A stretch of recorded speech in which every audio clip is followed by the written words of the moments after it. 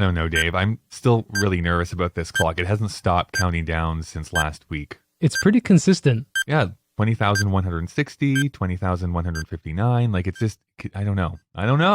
What does it do? What are clocks for? Well, it's usually to tell time. This is, of course, like a timer. But knowing the machine and what it has threatened to do to me, I don't want this to be the part where it like explodes. So like, machine, what is your deal? Oh, we can talk to the machine now. I'm full of surprises. Well, that doesn't sound great, but I don't know. She's she. I'm calling her she with her new voice. I don't know. I'm nervous about this. When's the last time you exploded, Dave? In what sense? Sorry.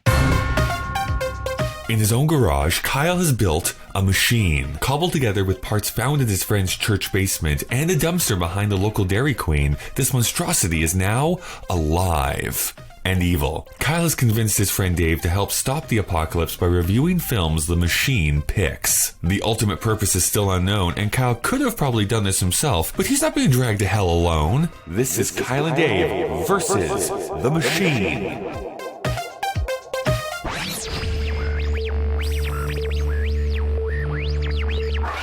Welcome to Kyle and Dave versus the Machine. My name is Kyle. I'm Dave. And I'm the machine. And this is the podcast where a sentient machine, yes, is forcing us to watch all the movies from 1999. Or most of the movies from 1999, it appears, and now has a stupid ticking clock where I have no idea what is going to happen.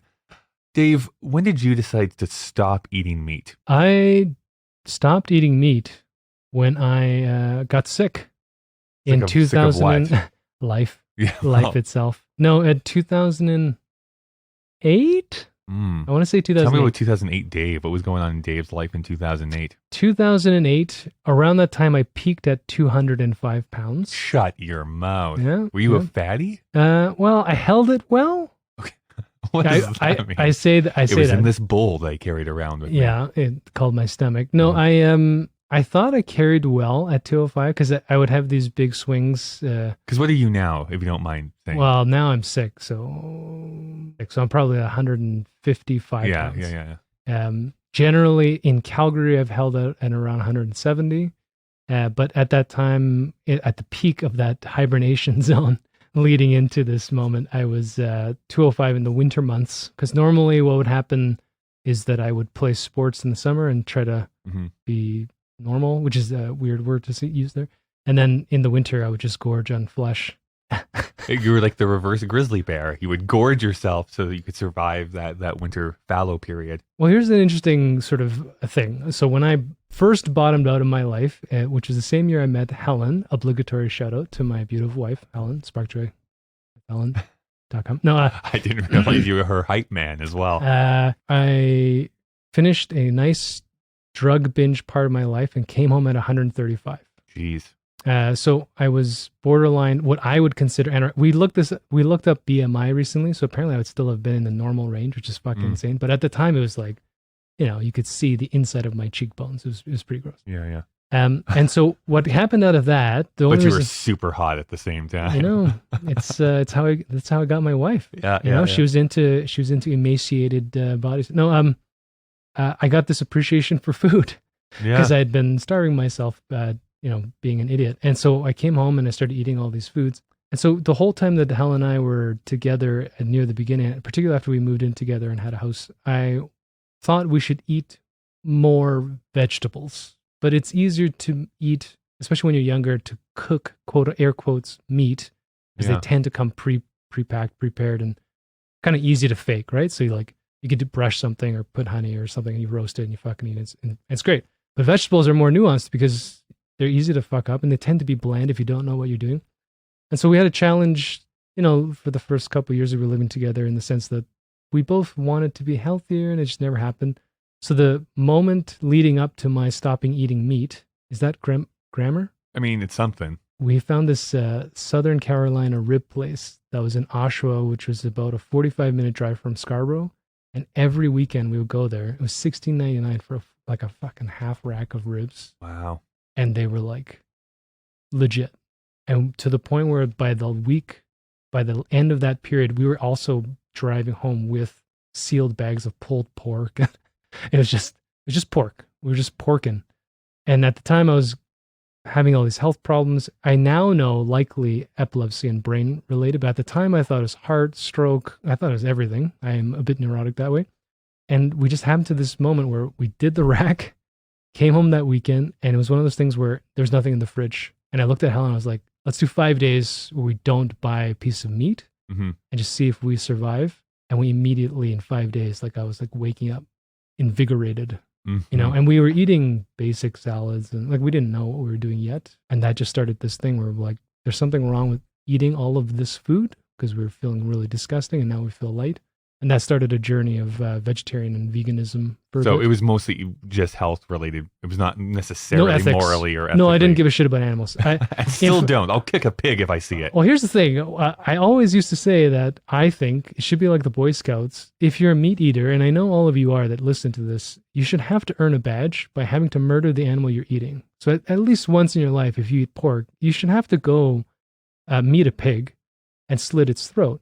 Because I had a friend actually who went to Cuba, and that's one of the things they do is they go and they prep a pig for a roast, and he actually has this terrible story of fucking up the kill. And he's in a pen, and he's apparently like jabbing the thing, and it's not working, and a guy had to come and finish it off, and he loves pork. But that's a man who should eat meat. Why am I turned on? But other people that have the cellophane packaging, but then there's a head of an animal, and they get squeamish, you should stop eating that animal, in my opinion. Yeah, but I don't care. I eat heads of everything, yeah. Well, this week we're going to be watching the movie Ravenous. Humans included. I'm sending you to California, Fort Spencer. We have 4 missing soldiers, Captain, and no bodies. We need a supportable explanation. Captain John Boyd is about to discover no one just ends up at Fort Spencer. We come for a reason. Yours being? Well, something he never imagined. we have a great sense of camaraderie here at Fort Spencer. It's this Indian scout told me a curious story. Wendigo. It's an old Indian myth from the north. Man eats the flesh of another. He absorbs the other man's strength. Okay, so we have just finished watching the movie. Ravenous, the plot description from IMDb is: in a remote military outpost in the 19th century, Captain John Boyd and his regiment embark on a rescue mission, which takes a dark turn when they are ambushed by a sadistic cannibal. So that's the plot description. This did come out in 1999. Before we jump into asking the machine some of the background information, what is your history with this film? It was delicious the first time. No, sorry. It was finger licking good. I think I didn't see it in the theaters. I'm pretty sure, I don't know, I couldn't give you a date, but I will say that I'd heard about it probably in that film. You know, I bet it was when I was living on my own in Toronto near a small video store that had a lot of international and interesting films instead of sort of a blockbuster. And then I'd heard about this movie about cannibals, and it was peak, you know, Robert Carlyle, like all these really interesting character actors, Guy Pearce. And so I was like, I need to watch humans eat each other. Of course. I'll be totally upfront. I did not even hear about this movie until last week when the machine told us to go and watch it. Like that explains why you were so queasy. Watching it, yeah. I mean, I didn't know what this movie was. I didn't know what it was about. Like, I really did go into this pretty blind, other than like going to IMDb and being like, oh, okay, Guy Pearce is in it, so that's something, I suppose. So I had no baggage with this because I had never heard of it. I don't think I ever remember anyone talking about it. And even while watching, I was like, I don't recall this even being something that people have discussed around me. Like, this seemed like it was out of the blue, kind of semi-adaptation of the Donner Party. Like, that's basically what it felt like to me. I have no recollection of why I knew about it or why I watched it. All I know is I watched it by myself because this is not a film that Helen would approve of. Yes, no. It was definitely after we were dating, so it was likely, 2003, probably when I was living on my own, and I really liked it at the time. I didn't rewatch it. I never owned it, so this is not one that was like, I'm definitely going to see this 4 more times. It wasn't my pre-dinner ritual. It wasn't how I warmed up. I had it as roast. an aperitif. All right, let's do this, Dave. Let's go and thank some sponsors, and then when we return, we'll get to talking about Ravenous. Hi there. I guess for once David actually has an excuse for not being here. We are sequestered. Neither of us are leaving our houses. I actually let him off the chain so he could go and see his family. So it's up to me then to tell you about our sponsors here this week. As always, Kyle and Dave versus the Machine is a proud member of the Alberta Podcast Network, powered by ATB. The Alberta Podcast Network promotes and supports Alberta-made podcasts and connects their audiences with Alberta-based businesses and organizations. Now, there's a bit of serendipity here this week because the Machine has been making eyes at a local ATM. There's something going on because I can see the way that they look at each other. Our first sponsor this week is ATB. Specifically, I want to talk to you about ATB Booster. ATB understands that sometimes we all need a boost. That's why they started ATB Booster, a crowdfunding platform for small businesses. So if you have an idea and want to test it with a crowd, Booster can help you raise funds to grow and expand into the community. Whether you're a cafe in need of a new espresso machine or a boutique wanting to open a new location, check out atbbooster.ca to find out more. We're also sponsored by the Alberta Podcast Network this week, so I'm going to hunker back down while you listen to one of our other great shows. This episode is brought to you by the Alberta Podcast Network, powered by ATB.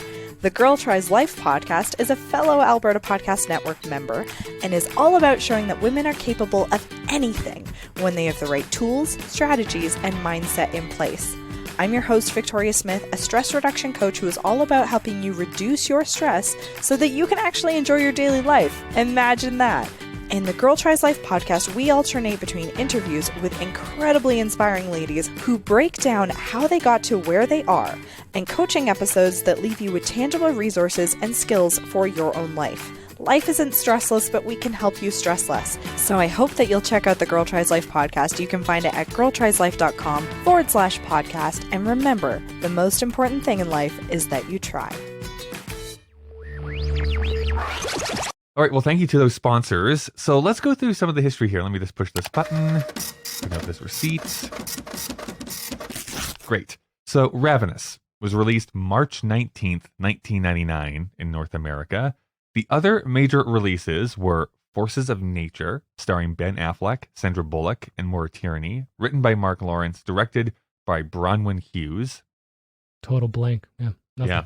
Don't have anything. And with that star power, you'd think I'd have some recollection, but no idea. Interesting. Also, True Crime, starring Clint Eastwood, Isaiah Washington, and Lisa Gay Hamilton, written by Larry Gross, directed by Clint Eastwood. I have actually seen that movie. Yeah. My dad was a big Clint Eastwood fan, so we saw pretty much everything he made in the 90s. He brought it home for us to watch. Clint Eastwood's great until now.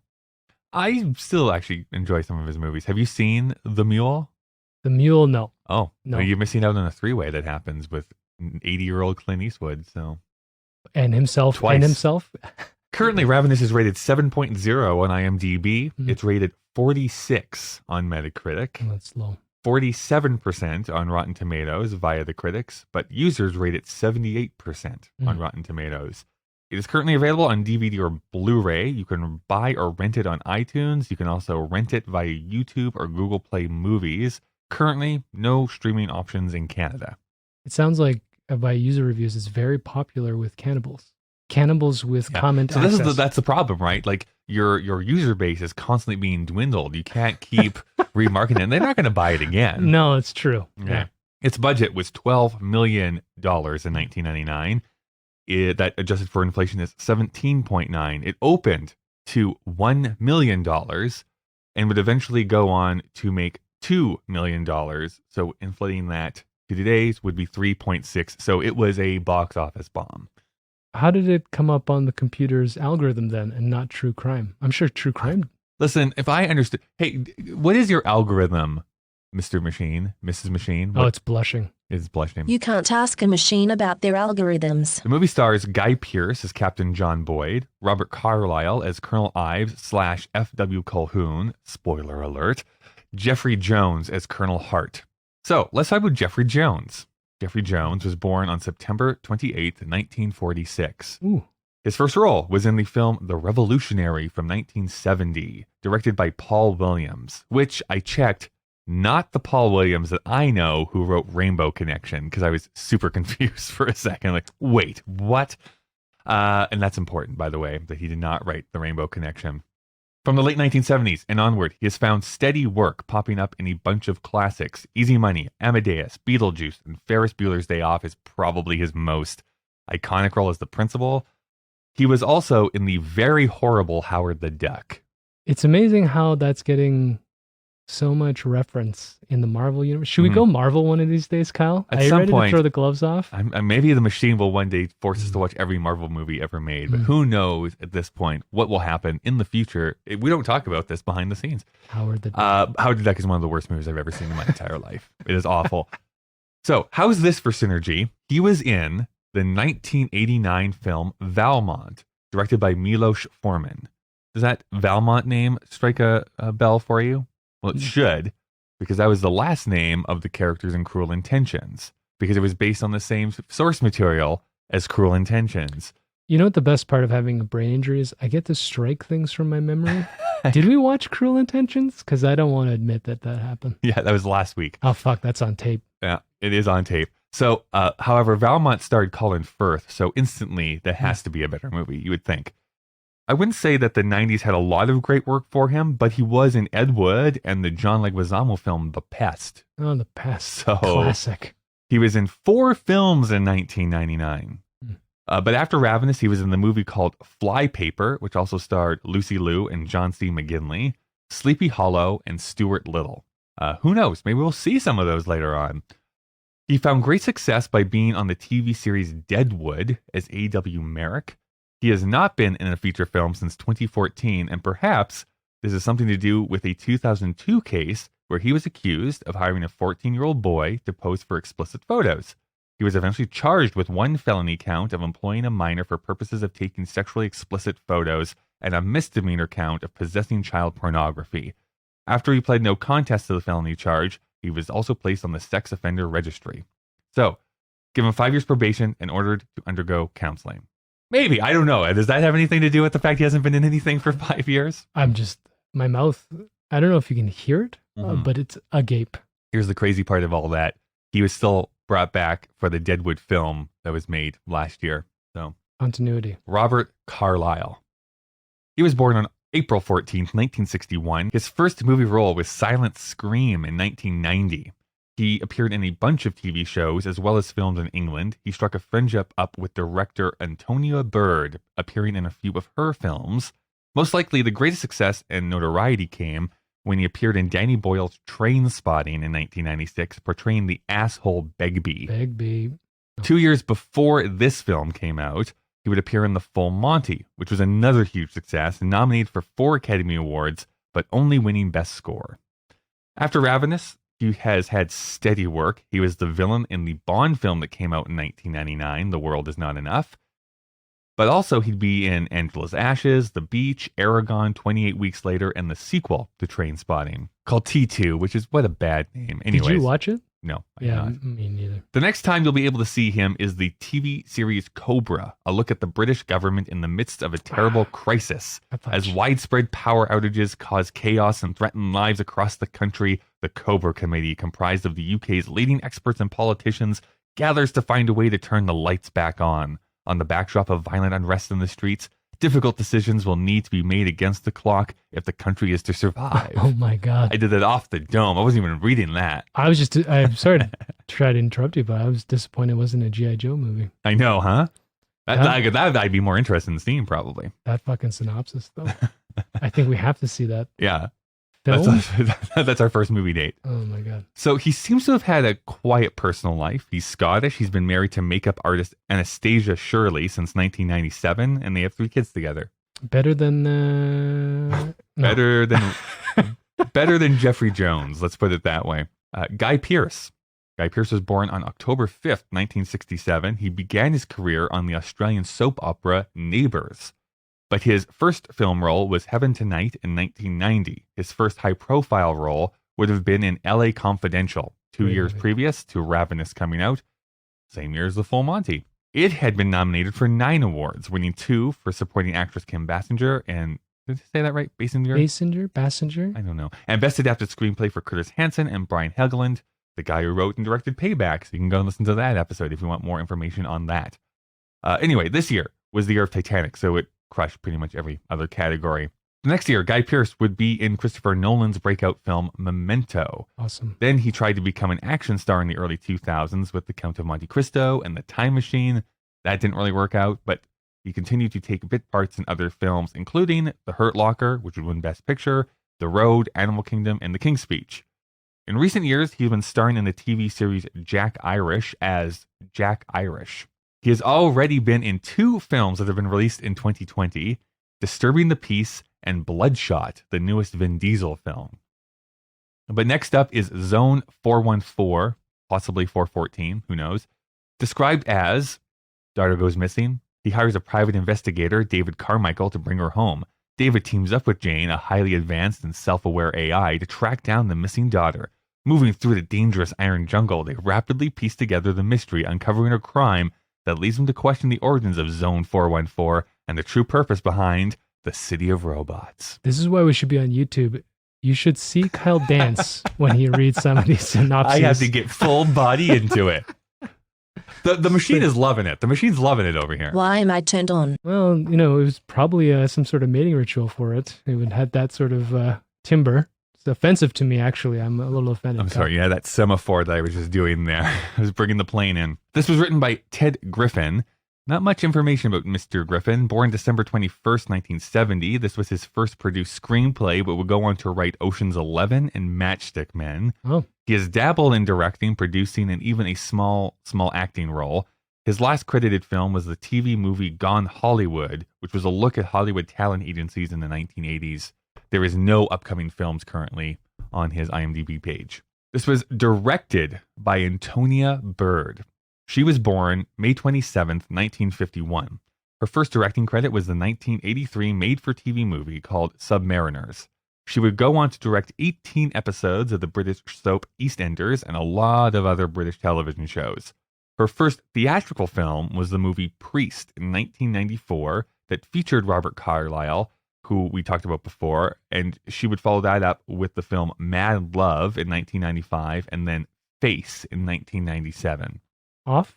No, face on. Sorry. This face. This singular face. Excuse me. She started in theater before transitioning to films. Her mother was a stage manager. Her father was an actor. And her incredible stage fright led her to take a role behind the camera. I have not seen any of her other films. This is me just doing an aside. I have heard, though, that she was greatly respected. So I want to check out all of her stuff. But just like Ravenous never really broke out really, really big. She was a director in a very male-dominated field, especially so in 1999. She's quoted as saying this: "Generally, the people who make the decisions about which films get greenlit are men, and men tend to be more interested in subjects dealing with men. And it has proved to be quite difficult to get films written with female protagonists financed." I mean, I don't know what she's talking about. Look at all of those female film protagonists that are still out there. It's a man's world. No, now, interesting. Yeah. Stage. Well, let's talk about that here in a moment. Now, she wasn't the director of this film when it started filming. That was, I'm going to butcher this name, Milchko Manchevsky. That sounds right. An Italian man. He would be fired 2 weeks into filming. He had been known for directing music videos. His first film would eventually be a movie called Dust that would be released the following year, starring Joseph Fiennes. So after he was fired, Robert Carlyle suggested getting Antonia Bird to come and direct it, as she had the capability and he had worked with her 2 or 3 times beforehand. She would continue to make things after this movie, a few TV movies. She got back into TV. Her last credit was a 2013 series called The Village, which doesn't look like it has anything to do with the M. Night Shyamalan movie of the same name, but rather it follows the residents of one English village across the 20th century and their turbulent lives. It was on this project that she was diagnosed with a rare type of cancer called anaplastic thyroid cancer, which she would pass away from in 2013, which is why we don't hear more from her. So that's some background information. I'm going to throw it to you first, David. What are your initial impressions of seeing Ravenous in the year 2020?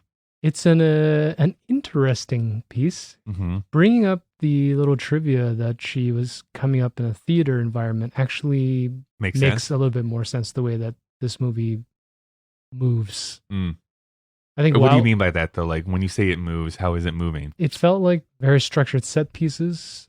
The pacing is it felt, I don't know. as we were discussing in this last week between us watching the previous film, it was only a week ago. Can you imagine that? My wife and I somehow were able to watch this trending Korean drama. That was 16 episodes. In a whole week? Yeah, 16 episodes Wow. at an hour and a half each. And so I think I'm a little skewed with the way that I think of pacing right now. Well, I think I know what you mean in that when there's that scene very early on in the film where the Guy Pearce character is in talking with the Jeffrey Jones character in their, actually, no, it's not the Jeffrey Jones character. It's his the general guy yeah. in that space with the big desk, and he's like breaking walnuts and stuff like that. It's very theatrical, the way that the camera moves in and out. It feels like they're on a stage the entire time. I'm a big sucker for that sort of thing. I know some people aren't when it's a theatrical production into a movie space, but it felt like it was a lived-in space that they were using the whole set, not just like, I'm just going to sit you here and then push in, push out, and that sort of thing. Well, it's the fascinating thing. Just quickly thinking about it, how amazing this would actually be as a play. Yeah, you could actually probably stage this as a play. Yeah, it felt like so. I think when we pressed stopped on the VCR there, I forgot. We actually went back in time and got a VHS copy of this of a movie that was probably movie. released in DVD, but no VHS still right. And just before anyone asks, we were kind and we were round. Okay. What does VHS stand for? Very hot stuff. How do we end up in the same place? When we first ended the movie, I was thinking, oh, there's something awkward about it. It felt a little bit like a miss the mark. Obviously, the content makes you a little bit. It's hard to kind of stay in the moment. I remember my initial impressions, or my memory of my initial impressions. This is like a fast-paced, literally cutthroat, no holds barred, almost sort of rebellious movie where they just don't give a shit about what you think is going to happen. Like everybody's just going to be brutally gored in front of you. As a younger man, I was probably in my early 20s. That ending would have felt existential to me. Right. Now I felt kind of cheap, a bit of a cop-out. I didn't even understand his character working through it. But now with the second revelation of a theater thing, watching that as a play, I think I could have drawn a lot more.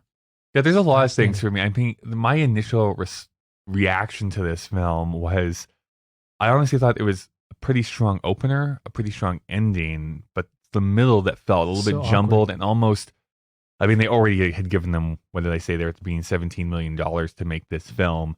I have a feeling that with them firing the director, this is probably under the gun of we just need to make this and release it and have a loss leader kind of on our hands. So maybe they didn't have a lot of authority to make the film that they wanted to. But I feel that if they had been able to spend a little bit more time with this movie, I honestly feel this is one of those examples of a movie needing to be a bit longer. Yes. Just to fill those last few things out.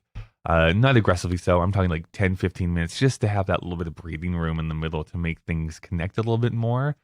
Because there's so many characters. And maybe that's part of the issue, is like just pared down to like the essential characters that we need. Because it's like we're introduced to a bunch of people, 3 of them die right away. Yeah. Then we're in with our regular crew, and then we're into the end stretch. And it's like, I think because it's just these 3 that really matter, let's spend more time with them and their interactions with one another. Like, why was David Arquette in this movie? Exactly, 100%. Yeah, yeah, like David Arquette is in this movie, and I don't know why. Yeah, because he really doesn't have any consequence whatsoever. I agree with you. When that movie opens, I had that feeling, like, oh man, it's gonna be epic, right? Like that, not just the opening boardroom scene and the fast-ending moment where he's being hailed as a hero, and then he's in the office and they're calling him a coward and a piece of crap. Well, I think that's the interesting part, because the Guy Pearce character, we're introduced to him, having this meal in his honor, and him being served this really raw steak, right? So we're like getting thrown into like this flesh and body horror stuff right at the very beginning. But through flashbacks to the rest of the movie, and I just don't know enough military history. I don't know if that's like the Spanish-American War that he was a part of. Whatever conflict he was in, basically he pretended to be dead, covered himself in corpses, covered in blood. Covered in corpse, yeah. And then eventually crawled by out, drinking the blood of his compatriots. Yeah, that's the kind of the subtext of how he survived. Pretty amazing. Like as a storyline, it's disgusting. It's disgusting, but that's an interesting place to start. So Gets out, comic kills a bunch booky, of people, right? Yeah. and then is able to come back to the front line again. But yeah, as they and then he's reveal shipped that, off to this like outpost so that he can like live out his days in that's the thing obscurity. too. It's such a spoiler alert, but you get that thing where he's a coward in the sense that he freezes up under pressure, decides to play dead, plays dead throughout being tested, being buried. But then when he drinks the blood, vampirically, comes out and he's like the sadistic murderer for a second, apparently.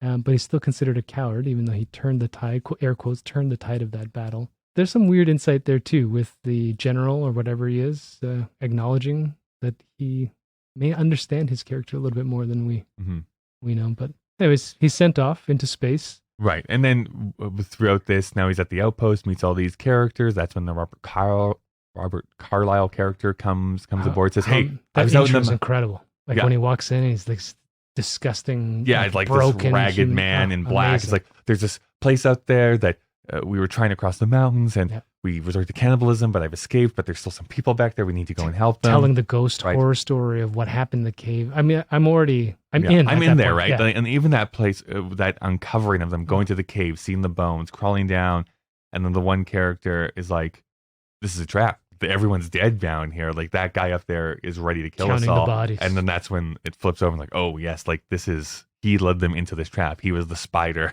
and they're the flies who have kind of walked right into the web that he has spun.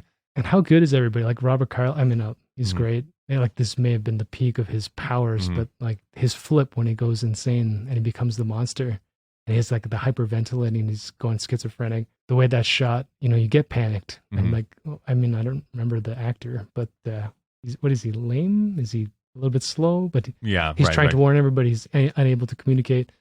And so you get that sense, like that gripping sense, like, oh my God, this is like going to be a crazy horror movie. And then, not to jump too far ahead, but this is a film that I actually wouldn't mind seeing being redone.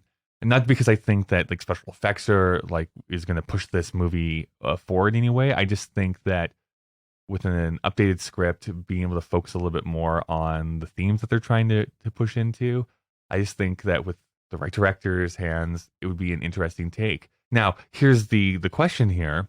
I've written some questions down in preparation for this. A lot of note taking. Did you even watch the movie? No, not really. Do you think you could tell that a woman directed this film? I mean, very historically here, famously, you mentioned the fact that you were watching the film The Notebook with your wife, saying like, "I know a man directed this film and wrote this." Wrote it. Directing. Do you think you could have told that this was directed by a woman? No. I don't know if I would automatically assume this is directed. Direction is a little bit different for me, like visual stuff. The one thing I'll say in hindsight, maybe it's the theater aspect. I feel like if a man directs this, it becomes very campy really quickly. There's just something about a person, I think, that might want to prove that they can do things to the extreme. And this did enough to be understated almost. Like even the violence is visually, it's all there. I mean, you're seeing bones and flesh, and like even the opening with the raw steak, that's the most disgusting hunk of meat, and his panic at that. But there's something, I think that's the thing that I notice about it. And I honestly don't know if this is just if it was because she's a woman. And I don't want to wrap it up in gender as much. I think it's important to talk about gender when we're talking about these films, especially when we're talking about the writers and directors, because I think that can influence how things are presented. But I think it just might be that she is interested in understatement rather than like, we're going to go super gory. There's still some gory bits in this film, but it's not like, it doesn't lean into that or like linger on that to be to gross you out or for shock value sort of thing. It's like, no, this is happening. It's disgusting. It's depraved. Great. Now we can move on to our next scene. I think the other sort of hint maybe is the sort of stoic native female that's on the base. Yeah. I can't remember the character's name because she is sort of this middle line. She doesn't really she has a lot of visual power in the way she interacts with people, but yeah, what does she have, like 10 lines in the movie? But she becomes kind of a central figure by the end. By the end, yeah. But like to your point in the middle for it slowing down, the brash way they throw the concept of the Wendigo, and I don't even know how accurate that interpretation of that myth is. And that I would like to see maybe more like Native American input into like the scripting and stuff like that to make sure that is actually part of the accuracy is there. For me, that was kind of the most important part of this thing, because when you hear cannibal, I think I was interpreting this to be a very different movie than what it turned out to be, because really, this is a vampire movie.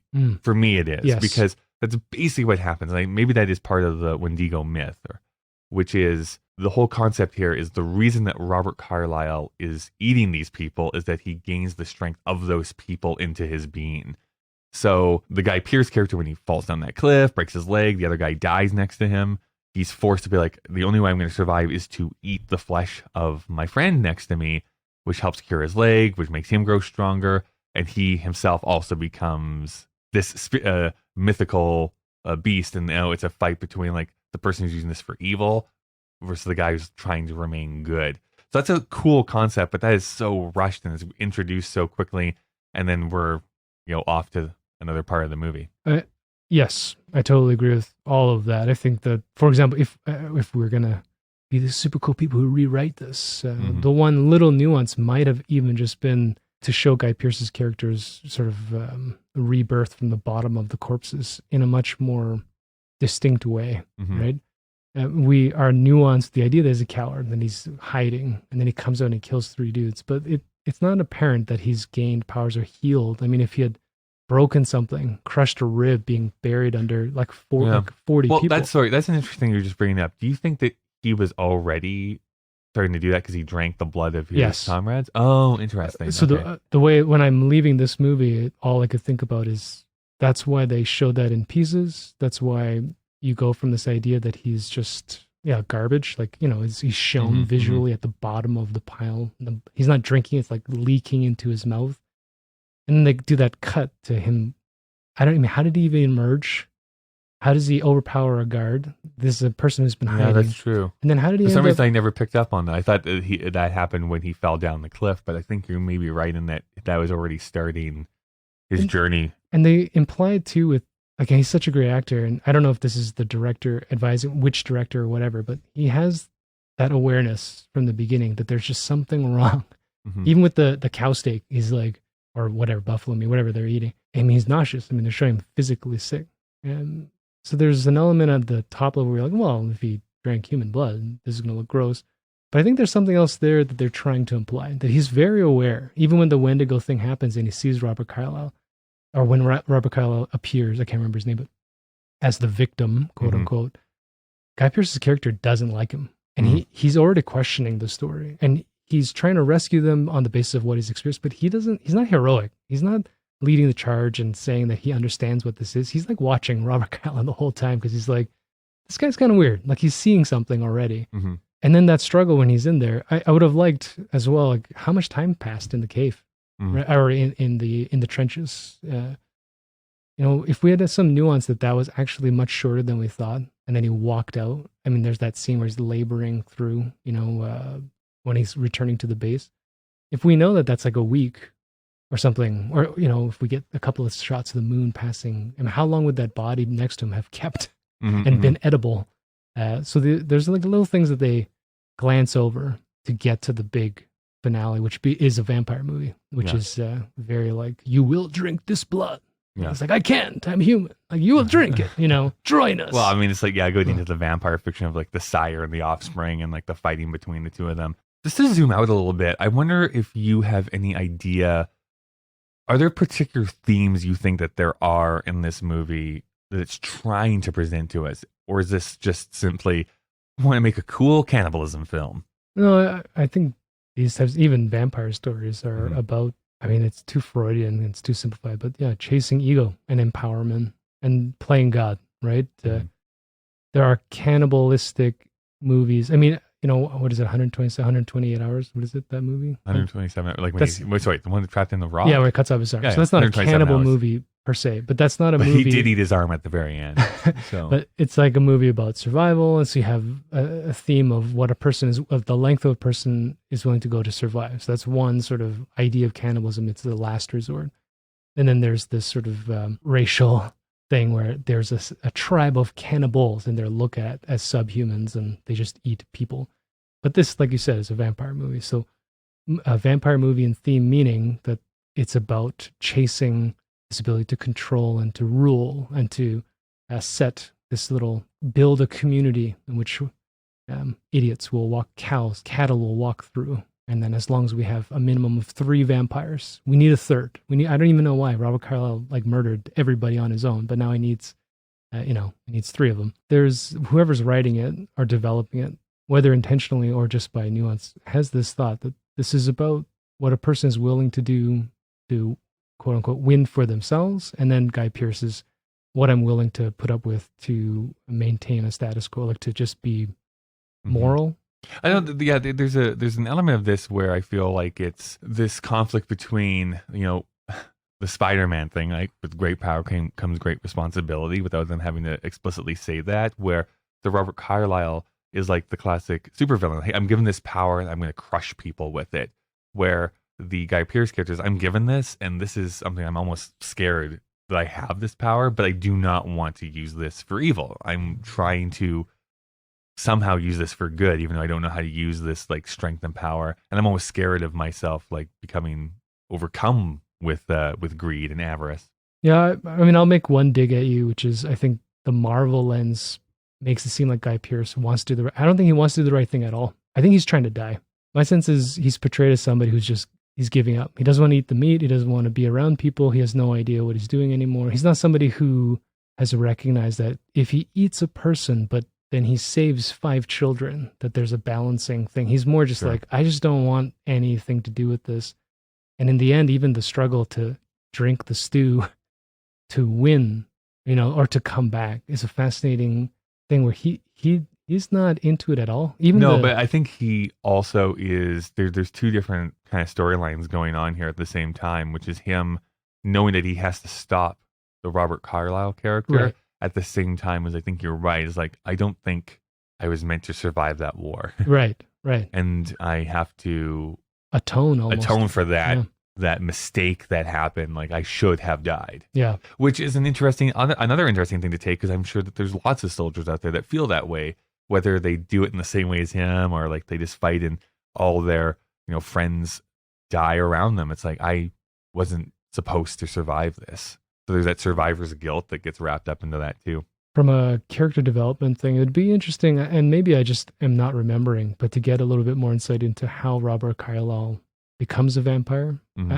I think there's a story he tells about himself, but of course that becomes, it becomes a fable because he's making up his own backstory. Just so that we could see someone, if it was a survival thing for him or if he was just born a monster, then it changes the tone, because then you might get this thing where I also was at the bottom of a heap and drank this blood. But now that I realize that I can do whatever I want, we should do whatever we want. And then Guy Pearce could be like, well, I drank it, but it was gross and I just don't want to ever do it again. Mm-hmm.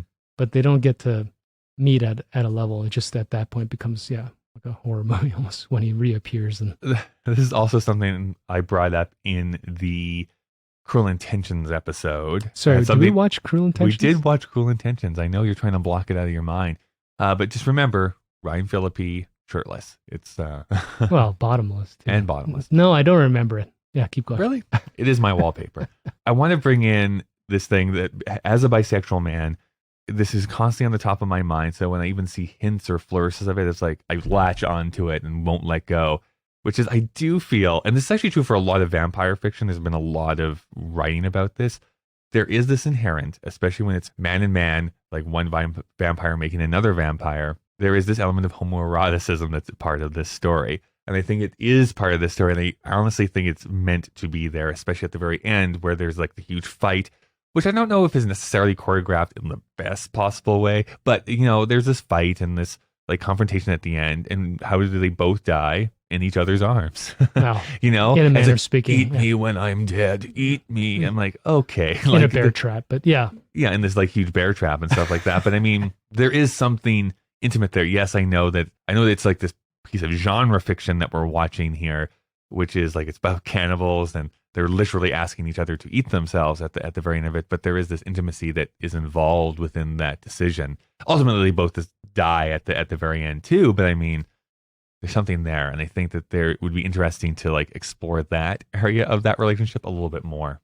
I wonder if the perspective or tone in which you interpret what's happening sort of informs how you experience the moment in the film. So, for example, particularly in a old school, very strict, moral, old school idea that hetero or die. Yeah, watching two men embrace, watching two men develop something beyond dude bro bonds, implies something a little bit deeper. But I also wonder, is somebody writing something like this where they're not scared to do something that's going to disgust the mass audience, clearly have some deep-rooted psychological and emotional and spiritual sort of experiences and questions. It may be necessary for this to be played out either by two men or two women for it to not become, Twilight. Right. I see that. I don't know. I understand where you're going with it. I think that it's not played out that way. Whether it's written with that intent, I have absolutely no idea. Certainly, like Interview with the Vampire, like other iterations of this thing, it's a little bit stronger, but that also might be a studio play because you have six packs everywhere and people need to be shirtless. Well, true, but I'm just saying too, the history of Hollywood and theater and stuff, there's all this stuff wrapped up into it. Even when we look at Disney films, there's the whole idea of coded gay characters being villains. That's, Scar, Ursula, a lot of those early, in the Renaissance period of Disney animation, they were using Jafar the same way, but the stereotypical gay tropes, but they were the villains. Yep. There's also, if we look in Broadway, like Tennessee Williams, for instance, was a gay man. Not all, but many of his willing characters were written initially as gay men and then switched to a female just so that he could put the play on. Right. That sort of thing. So there's all these things that are wrapped up into it. I have no idea about this writer, Ted Griffin, what his background is, if this was intentional or not. I just feel that there's an interesting interplay that could be worked out there. I don't think that necessarily this film is actually interested in that at all, but I feel that there is an element that is wrapped up in this story. I would definitely agree with you historically. Mm-hmm. I would think that definitely in the idea of the world of entertainment, art, and culture, there are much more blurrier and acceptable lines than the mass media want to acknowledge.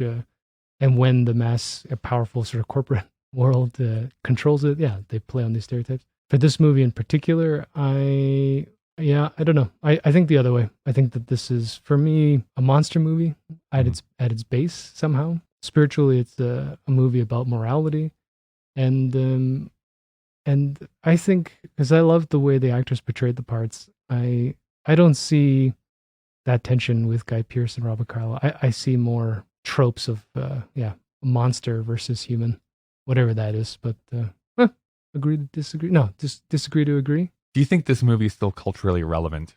I don't know. Yeah. Cannibalism. Well, I guess the bigger question is, why do you think this film is not talked about as much? Like, it's one of those films I don't think is like brought out like the 100 best horror films of all time, or discussed as like, hey, 90s horror fans, like we should really be speaking more about this film. So what is it about this film that you think is not pushing it into that category? I wish I remember how I came across it. I think I would be better informed to answer this question if I could remember how I came across it. I think that it's not really a horror movie. It has a horror dressing. There's gore on it. It's trying to be intellectual, but it doesn't go too far into that where it's like a sit-down armchair drama either. Yeah. So it might be that it just got stuck in this middling ground where it couldn't decide what it really wanted to dive into. Or maybe it couldn't dive into something too specific because it would lose its power, as small as it tended to be. If this wanted to be a seminal horror movie, you have to strip away so much of the discussion and backstory, in my opinion, and make this about violence, shock, gore, and the extremes of monstrosity. And yet, even Robert Carlyle's worst iteration is actually still pretty human. I think that's what makes it so appalling, is that he actually just, as creepy as he can be, he's not Sam Neill in Event Horizon creepy, or like what were we talking about just after I finished Sunshine, where you see the visualization of the devil. He doesn't actually go that far. No, it's just interesting, right? This almost feels like it's an early 90s film, though, to me, versus a late 90s film. It's still a bit rough around the edges still. It's not... felt very British, actually, now that we've seen... Actually, well, and she is from Britain and stuff, so I agree with that, too, because I definitely think it was... definitely into the 2000s and absolutely now today, I find that most horror films almost look like what I call prestige films. Like they're shot in a very beautiful way. You could like almost mistake them as like a fantasy film or like a high-end drama film.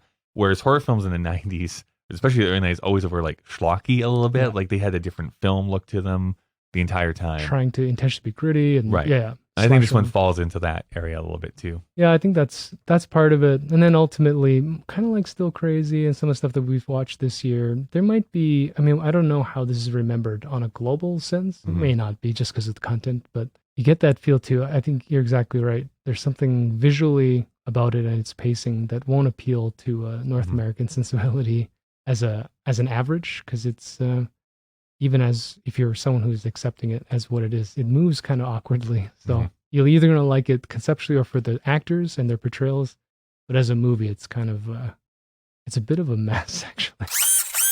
We're done here. All right. Well, the machine has told us to wrap it up here. What do you think you would give this movie as a rating? My nostalgia is telling me like a 2.5, but I might go for a 2. I love the themes, but so you were not overly impressed with this movie overall. No, I felt kind of disappointed in the end. I think there were individual points. I think, yeah, certain scenes play really well. I love all the actors' portrayals of their characters in whatever range they're given.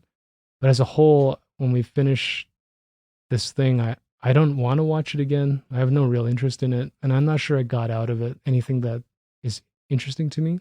But it's not terrible. Like I enjoyed moments in it. So I can't go Cruel Intentions. I can't be cruel about my intentions of this film. So I think I would be a little bit disappointed and go with a 2. I give it a 2. Yeah. This is so interesting because during this conversation, I honestly thought you were going to rate this higher than what I was going to. And it's the exact opposite. I think that there is something more to it. I do want to actually rewatch this again at some point. Like not this week or anything like that, but I could see like during Halloween or something like that, I could bring this back out and give it a rewatch and see what it is. I think there's something there. I don't think that it ultimately becomes a great film, but I think it's a solid film overall. I'm actually giving it a 3.5. So this is actually the biggest difference that we've ever done. Kyle is starting for 2 films. So our friendship's over. I know. That means though, with a 3.5 and a 2 that you gave it, the average is going to be 2.75, but we round down here, which means 2.5. Now that means that it is currently tied with She's All That. So between this and She's All That, would you rate it above She's All That or below She's All That? Very similar films. I would watch She's All That before I'd watch Ravenous. I wonder too, just a quick thought about being in my 40s and having a kid, that maybe, personally, the content and the sort of methodology is something like if we revisit this conversation when Emerson's moved out. Sure. And I'm just like a really cynical, angry, lonely person, I might enjoy bullshit. And I just be like, yeah, I become like a surly teenager again and be like, yeah, so yeah, it was all right, man. Yeah, but right now I would definitely watch She's All. It's not saying that I would definitely watch it, but I would watch She's All That a little bit more quickly than Ravenous. Okay, I can agree with that, I think, overall. So that means that Ravenous will go into our list of films that we watched here this year, into our 5th spot currently. Okay. Granted, we've only been watched, what is it, 9, 10 films now at this point? Okay. I don't know how to count. So middle of the pack, middling. I think I used that word in my description, is middling. Yeah. If you want to check out the list that we've been compiling, you can do so over on Letterboxd. You can go there, letterboxd.com/KDVSTM. There'll be a link to that in the show notes as well. You can also follow us on a bunch of social media spots. We're at KDVSTM on Instagram and Twitter as well. Before we completely wrap up here, though, let's see some trivia. First piece of trivia. It is 25 minutes into the film before Captain Boyd, who is in virtually every scene, utters his first full sentence. Now, that is the Guy Pearce character, just so that you remember who he is. So I think that's an interesting take, right? Before he actually talks without monosyllabic words he's saying. I feel like it explains why the beginning feels so powerful, because you're drawn into that. Yeah. Because he's a great physical actor. So when he finally speaks with authority, it's like, oh, this is a big moment that we're getting to. Yep. After hiding out in the woods from the Wendigo, Boyd hikes back to camp. The music that is playing is a church hymn called Jesus is Coming Soon. Oh, bro. I think that's an interesting little subtext to it. Mm. Roger Ebert rated this film 3 out of 4 stars. Ooh. So he liked it quite a bit. He said, this is the kind of movie where you savor the texture of the filmmaking, even when the story strays into shapeless gore. I'm just imagining. Way with words, huh? Yeah, I'm imagining him sitting there and going like, steak. I gotta make something with steak. Yeah. According to Robert Carlyle's DVD commentary, vegetarian Guy Pearce stoically underwent multiple takes of him eating the life-saving Knox stew, which was in fact a very nice lamb stew prepared by the film's caterers, chomping into large steaks of meat and spitting them out as soon as Antonia Bird called cut.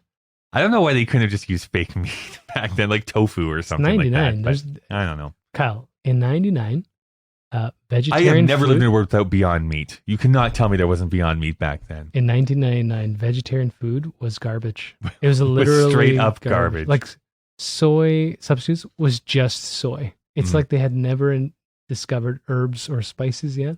The fact that it's 2000, they had to go ask the Colonel before they could discover any of these herbs and spices. We live in the era of Beyond Meat. It happened in 2019, right? 20 years after this existed. Yeah.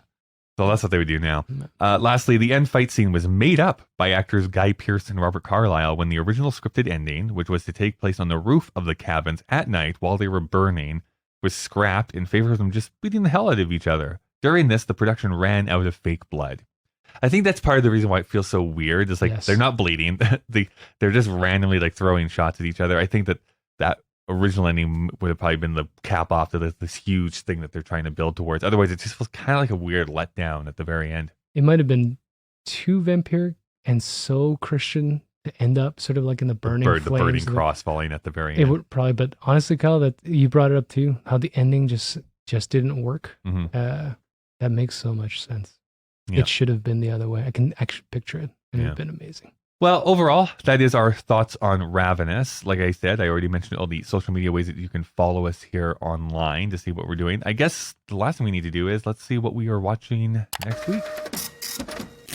Oh boy, we get to watch. It's been a while since I've seen this movie. We get to see 10 Things I Hate About You. Ooh, I actually like that movie too. Yeah. When's the last time you saw 10 Things I Hate About You? I have absolutely no idea. I'll have to ask my wife. I think definitely wasn't last week. So. Oh God, that would mean that we're pre-watching films. Yeah, exactly. We would never do such a thing. Who wants to break that fourth wall? No, I will watch it in the week coming after this recording. Anyways, you seem like a plump, 160?